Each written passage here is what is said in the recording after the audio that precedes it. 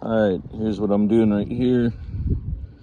I'm actually adding a 150-pound magnet to each side and then just clamping it under the top of my roof. And voila! It is mounted. Now it has a it's pretty dang stable. I'd actually have to rip off this whole section of roof to jack up the signal. Whew, there we go.